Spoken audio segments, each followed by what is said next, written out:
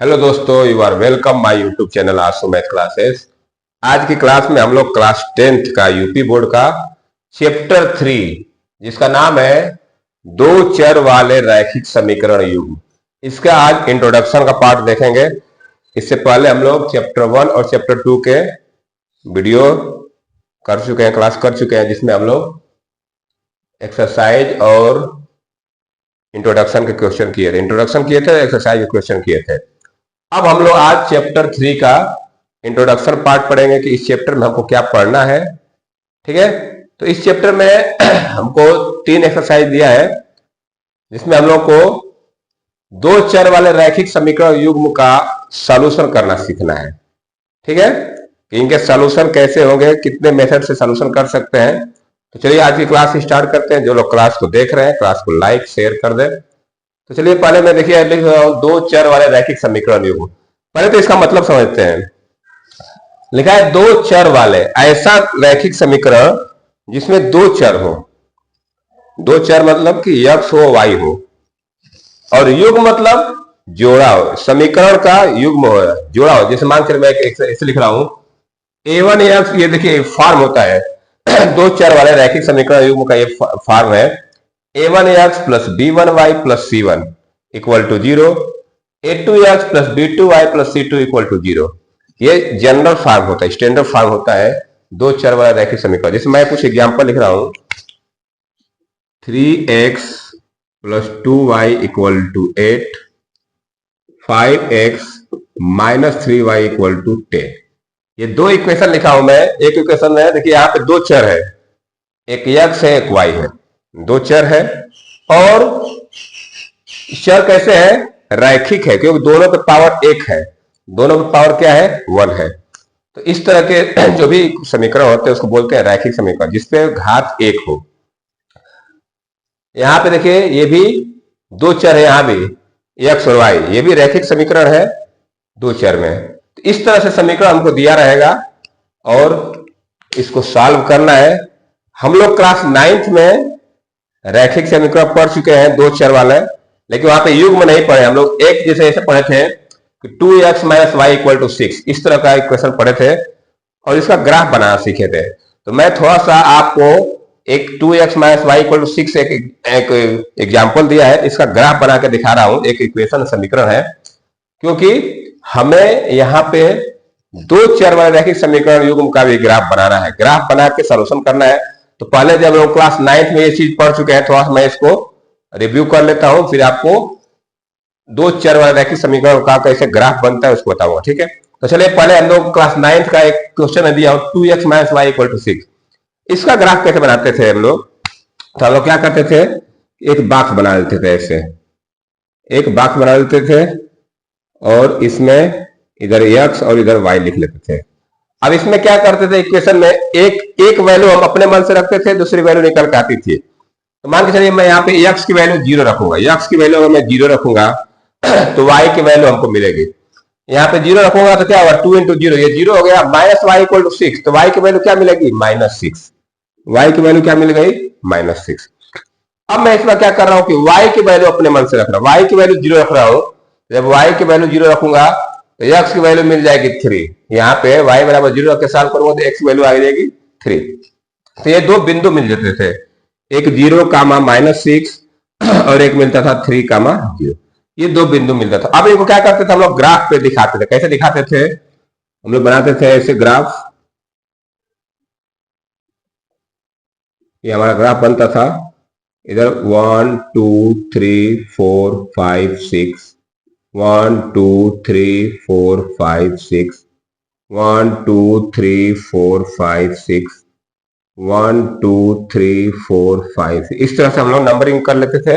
ये हमारा x axis होता था और ये y एक्सिस होता था। तो पहले नंबर लिख लेते हैं, इस पे कैसे लिखते थे हम लोग, 1 2 3 4 5 6, 1 2 3 4 5 6, -1 -2 -3 -4 -5 -6, ये -1 -2 -3 -4 -5 -6, इस तरह लिखते थे हम लोग। तो पहला पॉइंट था हमारा 0 कामा -6, 0 कामा -6 कहां मिलेगा, यहां मिलेगा, ये होगा 0, -6, ये पॉइंट जो होगा 0, -6 हो गया। और दूसरा था 3, 0, 3, 0 कहां मिलेगा, ये मिलेगा। अब ये दो पॉइंट मिल गए। इन दोनों पॉइंट को मिला के जब हम लोग स्ट्रेट लाइन बनाते थे, इन दोनों पॉइंट देखिए ऐसे लाइन जाएगी, ऐसे जाती थी, तो ये स्ट्रेट लाइन बनती थी। तो ये जो होता था, ये ग्राफ होता था, किसका ग्राफ है था ये, 2x - y = 6। ये इस इक्वेशन का क्या है, इस समीकरण का क्या है, ग्राफ है। ठीक है, तो इस तरह से हम लोग जब linear equation in two variable, रैखिक समीकरण दो चर में, अगर एक समीकरण है तो इस तरह ग्राफ बनता था। अब ये युग्म आ जाएगा, युग्म मतलब बोला है कि दो चर वाले रैखिक समीकरण युग्म, युग्म मतलब जोड़ा, दो समीकरण एक साथ रहेंगे। ठीक है, तो उसको अब देखिए इसमें हम लोग को इनको सॉल्व करने सिखाया गया। सॉल्व करने के बाद हम लोग सीखेंगे इसमें कि किस तरह से सॉल्व किया जाता है। दो इक्वेशन दिया रहेगा, दोनों युग्म में दिया रहेगा, इनको कैसे सॉल्व किया जाएगा। ठीक है, तो चलिए मैं इसको इरेज कर देता हूं और आपको इनका सॉल्यूशन का मेथड बता देता हूं मैं। ठीक है, तो इधर मैं इरेज कर देता हूं।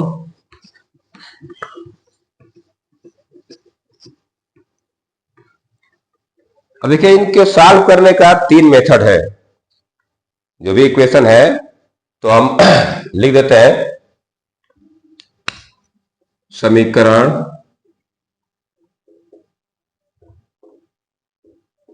हल करने की विधियां। दो चर वाले रैखिक समीकरण है, युग्म है उसका, तो उसको सॉल्व करने का तीन मेथड हम लोग पढ़ेंगे। पहले पढ़ेंगे हम लोग ग्राफी मेथड या ग्राफी विधि, ग्राफी विधि। ठीक है, ग्राफी विधि। दूसरा पढ़ेंगे हम लोग प्रतिस्थापन विधि, प्रतिस्थापन विधि, प्रतिस्थापन विधि। और तीसरा पढ़ेंगे हम लोग विलोपन विधि, विलोपन विधि। ये तीन मेथड से हम लोग को इक्वेशन सॉल्व करना है। इससे पर एक और मेथड होता है जो पुराने वाले सिलेबस में था, अब नया सिलेबस में वो मेथड हटा दिया गया है। इसको हम लोग बोलते हैं ग्राफिकल मेथड। इसको क्या बोलते हैं, ग्राफिकल मेथड, ग्राफिकल मेथड। प्रतिस्थापन विधि को बोलते हैं सब्स्टिट्यूशन मेथड, सब्स्टिट्यूशन मेथड। ठीक है, और विलोपन विधि को बोलते हैं एलिमिनेशन मेथड, एलिमिनेशन मेथड। तो ये तीन मेथड हम लोग को सीखना है। तो पहले हम लोग सीखेंगे ग्राफी विधि। ग्राफी विधि में क्या होता है कि पहले कैसे इसको ग्राफ को हम लोग दोनों इक्वेशन का ग्राफ कैसे बनाएंगे। तो चलिए, तो अब इसके बाद में क्या करता हूं कि मैं इसको इरेज कर रहा हूं और आपको तीनों मेथड का अलग अलग से कैसे क्वेश्चन को सॉल्व किया जाएगा उसको करने जा रहा हूं। ठीक है, तो चलिए मैं यहाँ इरेज कर रहा हूं और तीनों मेथड का अलग अलग से मैं एग्जाम्पल लेके और सॉल्व करने सिखाऊंगा। अब देखिए मैं पहला मेथड से क्वेश्चन सॉल्व करके आपको दिखाऊंगा। उससे पहले जैसे ग्राफी मेथड होता है, जो ग्राफी विधि होता है, ग्राफिकल मेथड, इसमें क्या होता है कि हमारा इक्वेशन इस टाइप रहेगा। अब जो ग्राफ बनता है तो दो लाइन, दो इक्वेशन है, हम लोग एक इक्वेशन का ग्राफ बनाए थे तो एक स्ट्रेट लाइन बन रही थी। अगर दो इक्वेशन का ग्राफ बनाएंगे तो दो लाइन बनेगी उसमें। अब देखिए दो लाइन का जो ग्राफ पे हम बनाते हैं तो लाइन कैसे हो सकती है, कभी वो लाइन एक दूसरे को इंटरसेक्ट कर सकती है, कभी वो लाइन एक दूसरे के पैरेलल जा सकती है, और कभी वो लाइन एक दूसरे के ऊपर ही आ सकती है, कोइंसिडेंट हो सकती है, संपाती जिसको बोलते हैं हम लोग। ठीक है, तो उससे पहले देखिए मैं अभी क्वेश्चन सॉल्व करने से पहले मैं कुछ कंडीशन लिख रखा हूं। ये कंडीशन आपको याद करना होता है, बहुत इंपॉर्टेंट कंडीशन है। सपोज दैट ये हमारा जनरल फॉर्म है, a1x + b1y + c1 = 0, a2x + b2y + c2 = 0। अगर इसका हमें ग्राफ बनाना है तो जो ग्राफ बनेगा तो उसमें दो स्ट्रेट लाइन बनेंगे, क्योंकि दो इक्वेशन है तो दो स्ट्रेट लाइन बनेगी। अब वो दोनों स्ट्रेट लाइन या हो सके तो एक दूसरे को कहीं ना कहीं काट देती हो, जिसको हम लोग इंटरसेक्टिंग लाइन बोलते हैं, या दोनों संपाती रेखाएं हो सकती है जो एक दूसरे के ऊपर ही आ सकती है, या दोनों पैरेलल हो सकती है एक दूसरे के। तो देखिए यहाँ पे कंडीशन में लिख रखा हूं, इसको आपको याद करना पड़ेगा क्योंकि इसी के अनुसार क्वेश्चन सॉल्व करेंगे हम लोग। A1 अपन A2, जैसे ये A1 है A2, A1 upon A2 not equal to B1 upon B2। अगर A1 अपन A2 और B1 अपन B2 इक्वल नहीं है, तब जो लाइन बनेगी वो प्रतिच्छेदी रेखाएं बनेगी, इंटरसेक्टिंग लाइंस होगी। लाइन कैसी होगी? इंटरसेक्टिंग लाइन होगी, प्रतिच्छेदी रेखाएं। और जब उसका सॉल्यूशन कितना मिलेगा? एक हल, अद्वितीय हल। एक हल या अद्वितीय मतलब केवल एक ही हल मिलेगा।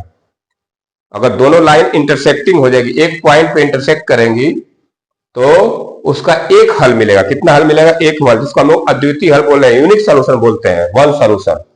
तो अगर इस तरह का कंडीशन बनेगा A1 upon A2 not equal to B1 upon B2, तो जो लाइंस बनेगी वो इंटरसेक्टिंग लाइंस होगी, प्रतिच्छेदी रेखाएं होगी, और उसका एक सॉल्यूशन मिलेगा। इसी तरह अगर A1 upon A2 equal to B1 upon B2 equal to C1 upon C2, इस तरह का कंडीशन मिल जाए हमको इन दोनों इक्वेशन में, तो वो रेखाएं कैसी होगी? कॉन्सिडेंट लाइन, संपाती रेखाएं। वो दोनों लाइंस एक दूसरे के ऊपर ऐसे आ जाएगी, उनको बोलते हैं कॉन्सिडेंट लाइन या संपाती रेखाएं। और उसमें क्या होते हैं? उनके अनेक हल होंगे, अनेक अनंत हल होंगे, उसमें बहुत सारे उनके सॉल्यूशन मिल जाएंगे। तो दूसरा केस में A1 upon A2 equal to B1 upon B2 equal to C1 upon C2, इस तरह का जब कंडीशन बने तो रेखा लाइंस कैसी होगी? कॉन्सिडेंट लाइन होगी, संपाती रेखाएं होगी, और उनके हल कितने होंगे? अनेक हल होंगे। तीसरा केस आता है A1 upon A2 equal to B1 upon B2 not equal to C1 upon C2। अब इसमें क्या है? इसमें जो लाइंस होगी वो पैरेलल लाइंस होगी। इस तरह का जब कंडीशन मिलेगा हम लोगों को, तो वहां लाइन कैसे बनेगी? पैरेलल बनेगी। लाइन जब पैरेलल बनेगी तो कोई सॉल्यूशन नहीं मिलेगा, क्योंकि जब तक लाइन इंटरसेक्ट नहीं करेगी तो कोई सॉल्यूशन, जिस पॉइंट पे लाइन इंटरसेक्ट करती वही सॉल्यूशन होता है। तो जब दोनों लाइन पैरेलल बन जाएगी, ये जब दोनों एक दूसरे को इंटरसेक्ट नहीं करेगी तो कोई हल नहीं मिलेगा। तो ये तीन केस है, तीनों याद रख करना पड़ेगा आपको। आइए चीज समझ लीजिए, जब भी लाइन इंटरसेक्ट करेगा तभी उसका कोई सॉल्यूशन मिलेगा, हल मिलेगा। पैरेलल चली जाएगी तो उसको कोई सॉल्यूशन नहीं मिलेगा, कोई हल नहीं मिलेगा। ठीक है, तो चलिए मैं अब इसके आगे इसको इरेज करके और एक एग्जाम्पल लिखता हूं, उसको ग्राफिकल मेथड से सॉल्व करते हैं। ठीक है, मैं इसको इरेज करने जा रहा हूं और इक्वेशन लिख रहा हूं। अब देखिए, ग्राफी विधि से, ग्राफिकल मेथड से मैं एक एग्जाम्पल को सॉल्व करने जा रहा हूं। इक्वेशन दिया है x plus 3y equal to 6, 2x minus 3y equal to 12। ये पेयर है। इस मेथड से हमेशा पेयर में इक्वेशन रहेगा, दो इक्वेशन रहेगा तो उन्हीं को सॉल्व किया जाएगा। अब देखिए कैसे सॉल्व करेंगे हम लोग। पहले तो हम लोग इसको चेक करेंगे कि इसका सॉल्यूशन होगा कि नहीं। पहले चेक करेंगे इसका सॉल्यूशन होगा कि नहीं। तो देखिए पहले हम क्या करते हैं, ये A1 है, ये A2, ये B1 है, ये B2। अगर मैं A1 अपान A2 निकालूं तो A1 अपान A2 क्या आएगा? 1 अपान 2। क्या आ गया? 1 अपान 2। और B1 अपान B2 निकालूं तो ये आएगा 1 अपान माइनस 3 अपान 3 अपान माइनस 3, 3 अपान माइनस 3। अभी देखिए दोनों इक्वल नहीं है, दोनों इक्वल नहीं है। तो A1 upon A2 not equal to B1 upon B2। जब इस तरह कंडीशन मिल जाए A1 upon A2 not equal to B1 upon B2, तो इसका कितना सॉल्यूशन मिलता है? एक सॉल्यूशन मिलेगा। इसका मतलब कि लाइन एक पॉइंट पे काटेगी। लाइन कैसी होगी? इंटरसेक्टिंग होगी। तो ये तो क्लियर होगा कि इसका सॉल्यूशन मिलेगा। चलिए हम इसका देखिए कैसे सॉल्यूशन करते हैं। ग्राफ से हम लोग इसका सॉल्यूशन निकालेंगे। तो पहले क्या करते हैं हम लोग, पहला इक्वेशन जो दिया है x plus 3y equal to 6, इससे हम लोग दो पॉइंट बनाएंगे। ठीक है, दो पॉइंट कैसे निकालेंगे? जैसे हम लोग अभी एक क्वेश्चन किए थे, तो यहां से मैं एक बार x ले रहा हूं, एक y। अब एक वैल्यू मैं अपने से रखूंगा x की, y की वैल्यू निकालूंगा। चलिए मैं x की वैल्यू रख रहा हूं, x की वैल्यू 0 रखूंगा तो y की वैल्यू क्या मिल जाएगी? यहां से 2 मिल जाएगी। y की वैल्यू क्या मिल जाएगी? 2। और एक बार y की वैल्यू मैं रख दूंगा, y की वैल्यू 0 रखूंगा तो x की वैल्यू क्या मिल जाएगी? 6 मिल जाएगी। इसी में क्या करते हैं लोग, ऐसे छोटा छोटा वैल्यू रखते हैं कि सॉल्यूशन जल्दी मिल जाए हमको। तो x इक्वल टू 0 रखूं तो y इक्वल टू आएगा 6, 2 आएगा, 3 चला जाएगा डिवाइड में। और y इक्वल टू 0 रखूं तो x इक्वल टू आएगा 6। यहां से हमको क्या पॉइंट मिल गया? एक पॉइंट मिला 0, 2 और एक मिला 6, 0। दो पॉइंट मिल गया। इन्हीं दो पॉइंट कम से कम चाहिए हमको। तो ये पहले इक्वेशन से दो पॉइंट मिल गया। अब दूसरे इक्वेशन से 2 पॉइंट लाते हैं। दूसरा इक्वेशन देखिए क्या दिया है, 2x minus 3y equal to 12। यहां से मैं अगर इक्वेशन पॉइंट निकालूं, देखिए ये x हो गया, ये y। अगर मैं x की वैल्यू 0 रखूं तो ये पूरा 0 हो जाएगा। ये इधर जाके y की वैल्यू क्या बना देगा, -4। y की वैल्यू क्या मिलेगी, -4। और यहां से देखिए अगर y की वैल्यू मैं 0 रख दूं तो यहां से ये पूरा 0 हो गया, ये 2 जाएगा तो ये x की वैल्यू मिल जाएगी 6। तो यहां से पॉइंट मिलेगा 0, -4 और यहां से मिलेगा 6, 0। 6, 0। तो इस तरह से हमको पॉइंट मिलेंगे। अब क्या करना है, इन दो, देखिए 2 पॉइंट यहां मिला, 2 पॉइंट है, दोनों पॉइंट से हम लोग लाइन बनाएंगे। चलिए मैं इधर बता, देखिए ग्राफ कैसे बनेगा हमारा। ये हमारा y एक्सिस होता है और ये मेरा x एक्सिस होता है, ठीक है। आप ये जानते हैं, x एक्सिस और ये y एक्सिस। देखिए इसमें हमको पॉइंट कहां तक 6 दिया, तो 6 तक पॉइंट बना लेते हैं हम लोग। 1 2 3 4 5 6 7। 1 2 3 4 5 6 तक चाहिए कम से कम। इधर बना लीजिए 1 2 3 4 5 6 7। 1, थोड़ा सा नीचे बना लेते हैं ऊपर। 1 2 1 2 3 4 5 6। तो ये हो गया 1 2 3 4 5 6। -1 -2 -3 -4 -5 -6। 1 2 3 4 5 6 7। ये आपका -1 -2 -3 -4 -5 -6 -7। इस तरह से हम लोग पॉइंट को डिनोट कर लेते हैं। अब देखिए पॉइंट कहाँ कहाँ मिल रहा है। जो लोग क्लास को देख रहे हैं क्लास को लाइक जरूर कर दें। अब देखिए यहाँ पे पहला पॉइंट मिला 0,2। 0,2 कहाँ मिलेगा हमको, ये मिलेगा, ये है 0,2। ये पॉइंट क्या है, 0,2। और ये 6,0 6,0 कहाँ मिलेगा, यहां मिलेगा। ये हो गया हमारा 6,0। तो इन दोनों पॉइंट को जब मिलाऊंगा तो एक लाइन जाएगी इससे, स्ट्रेट लाइन जाएगी इससे, ठीक है। फिर मिला है 0,-4। 0,-4 कहां मिलेगा, यहां मिलेगा। ये पॉइंट 0,-4। और 6,0 कहां मिलेगा, ये 6,0 है। तो ये जो लाइन, इसका जो ग्राफ बनेगा वो इस तरह जाएगा ग्राफ। अब देखिए दोनों स्ट्रेट लाइन बन रही है, तो दोनों एक जगह काट रहे हैं, एक जगह पर। दोनों लाइन एक दूसरे को एक पॉइंट पे काट रहा है। किस पॉइंट पे काट रहा है, तो 6,0 पे। तो जिस पॉइंट पे कट करेगा वही क्या होता है, इसका सोल्यूशन होता है। तो ये जो इक्वेशन था इसका सोल्यूशन यही हो जाएगा 6,0। 6,0 इसका क्या हो जाएगा, सोल्यूशन हो जाएगा। ये 2 इक्वेशन था, मैंने इसको ग्राफिकल मेथड से, देखिए ये जिस पॉइंट पर काटा है, इस पॉइंट क्या है, ये पॉइंट क्या है, 6,0। तो ये x की वैल्यू हो जाएगी और y की वैल्यू हो जाएगी। तो यही सोल्यूशन होता है। अगर 2 स्ट्रेट लाइन है इक्वेशन का, ये एक दूसरे को जिस पॉइंट पर काटती है वही सोल्यूशन होता है। तो इस तरह से हम लोग ग्राफिकल मेथड से, ग्राफिक विधि से 2 इक्वेशन को सॉल्व करते हैं, ठीक है। तो ये होगा ग्राफिकल मेथड। अब हम नेक्स्ट मेथड चलते हैं, सब्स्टिट्यूशन मेथड। तो इसी क्वेश्चन को मैं सब्स्टिट्यूशन मेथड सॉल्व करूंगा। चलिए मैं इसको इरेज कर रहा हूं, फिर अगला मेथड लिख रहा हूं। अब देखिए, अब प्रतिस्थापन विधि से हम लोग इक्वेशन को सॉल्व करना सीखेंगे। तो मैं वही सेम इक्वेशन लिख रखा हूं क्योंकि उसका हमको आंसर पता था। आंसर क्या आया था, सॉल्यूशन क्या होता है, 6,0। तो उसी इक्वेशन को अब प्रतिस्थापन विधि से मैं सॉल्व करूंगा। तो देखिए कैसे सॉल्व करेंगे प्रतिस्थापन विधि से। देखिए कैसे होता है ये, यहाँ पे 2 इक्वेशन दिया है, x + 3y = 6, 2x - 3y = 2। ये 2 इक्वेशन दिया है, 2 समीकरण दिया है, दोनों को प्रतिस्थापन विधि से सॉल्व करना है। देखिए क्या करते हैं हम इसमें, दोनों में से किसी एक समीकरण को ले लेते हैं। मान लीजिए मैं समीकरण 1 को लेता हूं, तो लिखूंगा समीकरण 1 से, समीकरण 1 से। एक देखिए क्या हमारा, x + 3y = 6। समीकरण 1 क्या है, x + 3y = 6। अब मैं क्या करूंगा, यहां से इस समीकरण को x के पद में लिखूंगा। तो मैं 3y को इधर भेज देता हूं, ये बचेगा x = 6 - 3y। क्या बनेगा, x बराबर 6 माइनस 3y। ये हो जाएगा इक्वेशन नंबर 3। ये क्या हो जाएगा, इक्वेशन नंबर 3। मैंने क्या किया, एक समीकरण ले लिया यहां से, समीकरण number 1, x plus 3y equal to x।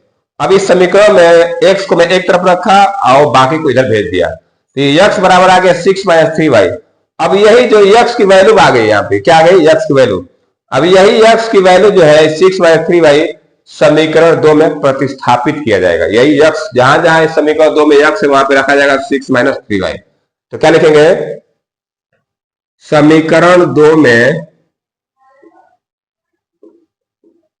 x बराबर 6 माइनस 3y प्रतिस्थापित करने पर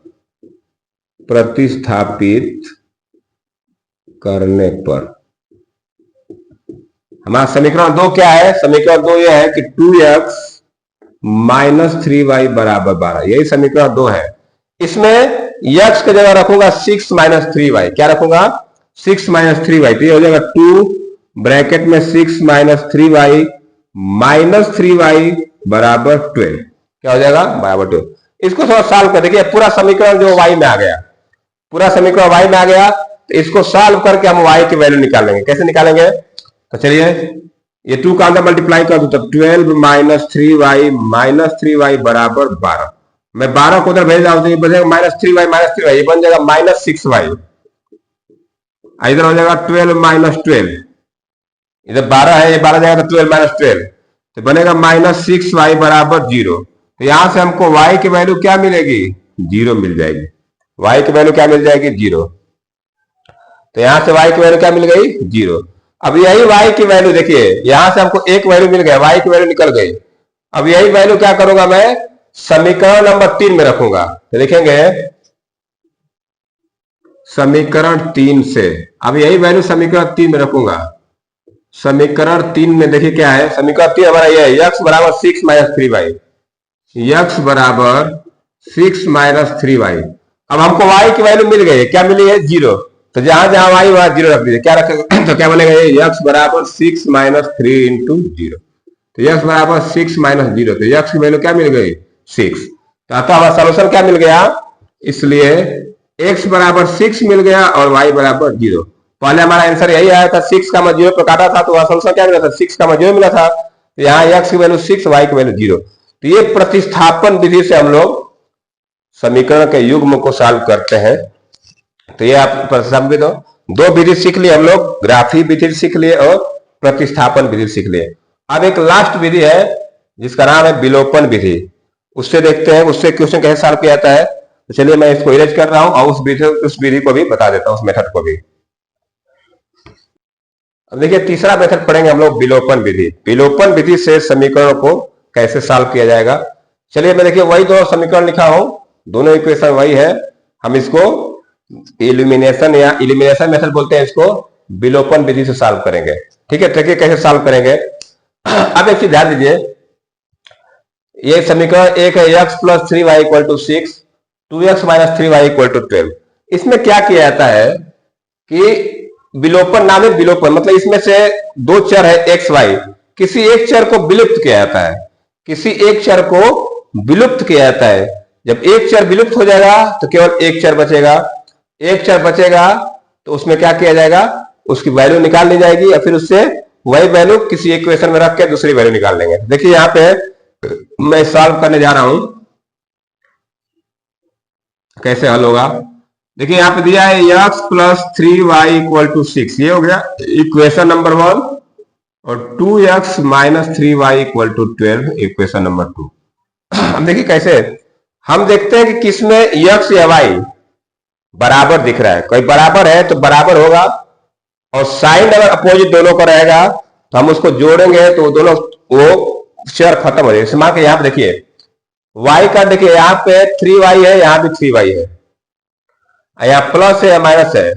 अगर मैं दोनों इक्वेशन को जोड़ दूं तो ये y का टर्म खत्म हो जाएगा, y का टर्म क्या हो जाएगा, खत्म हो जाएगा, मतलब y विलुप्त हो जाएगी, y रहेगा ही नहीं। तो बचेगा क्या, आप बस x बचेगा, इधर बचेगा नंबर। तो हम इसको सॉल्व करके x की वैल्यू निकाल सकते हैं, और वही x की वैल्यू फिर किसी इक्वेशन में रख देंगे तो यह y की वैल्यू मिल जाएगी। तो हम देखिए यहाँ पे वाई वाई दोनों बराबर दिख रहा है, +3y -3y।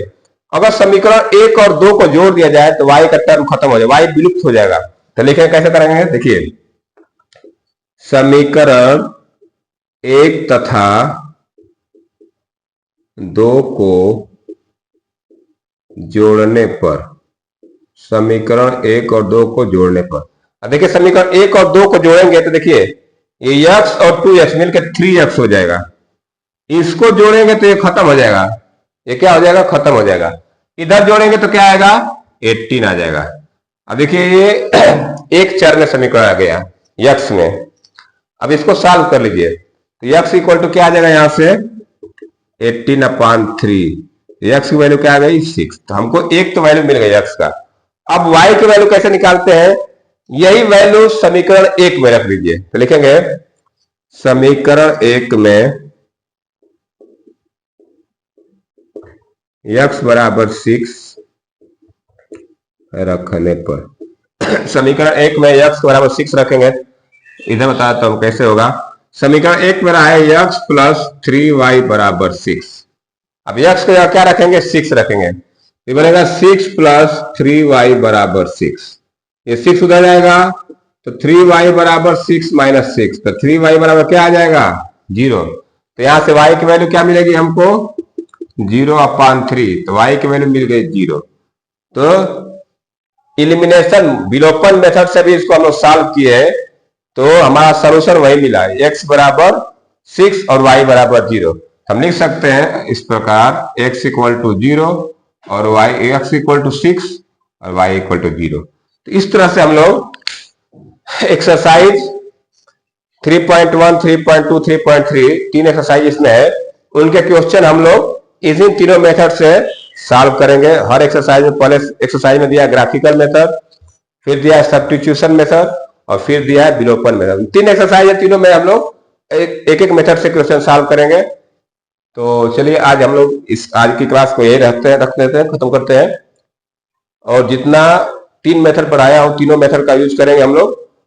तो अब आज की क्लास में इतना रन देते हैं, नेक्स्ट क्लास में हम लोग एक्सरसाइज 3.1 के क्वेश्चन करेंगे। तो चलिए आज के लिए इतना रन। जो लोग क्लास को देख रहे हैं, क्लास को एक बार लाइक शेयर जरूर कर दें। तो आज के लिए इतना रन देते हैं। वीडियो देखने के बहुत धन्यवाद। Thank you, have a nice day.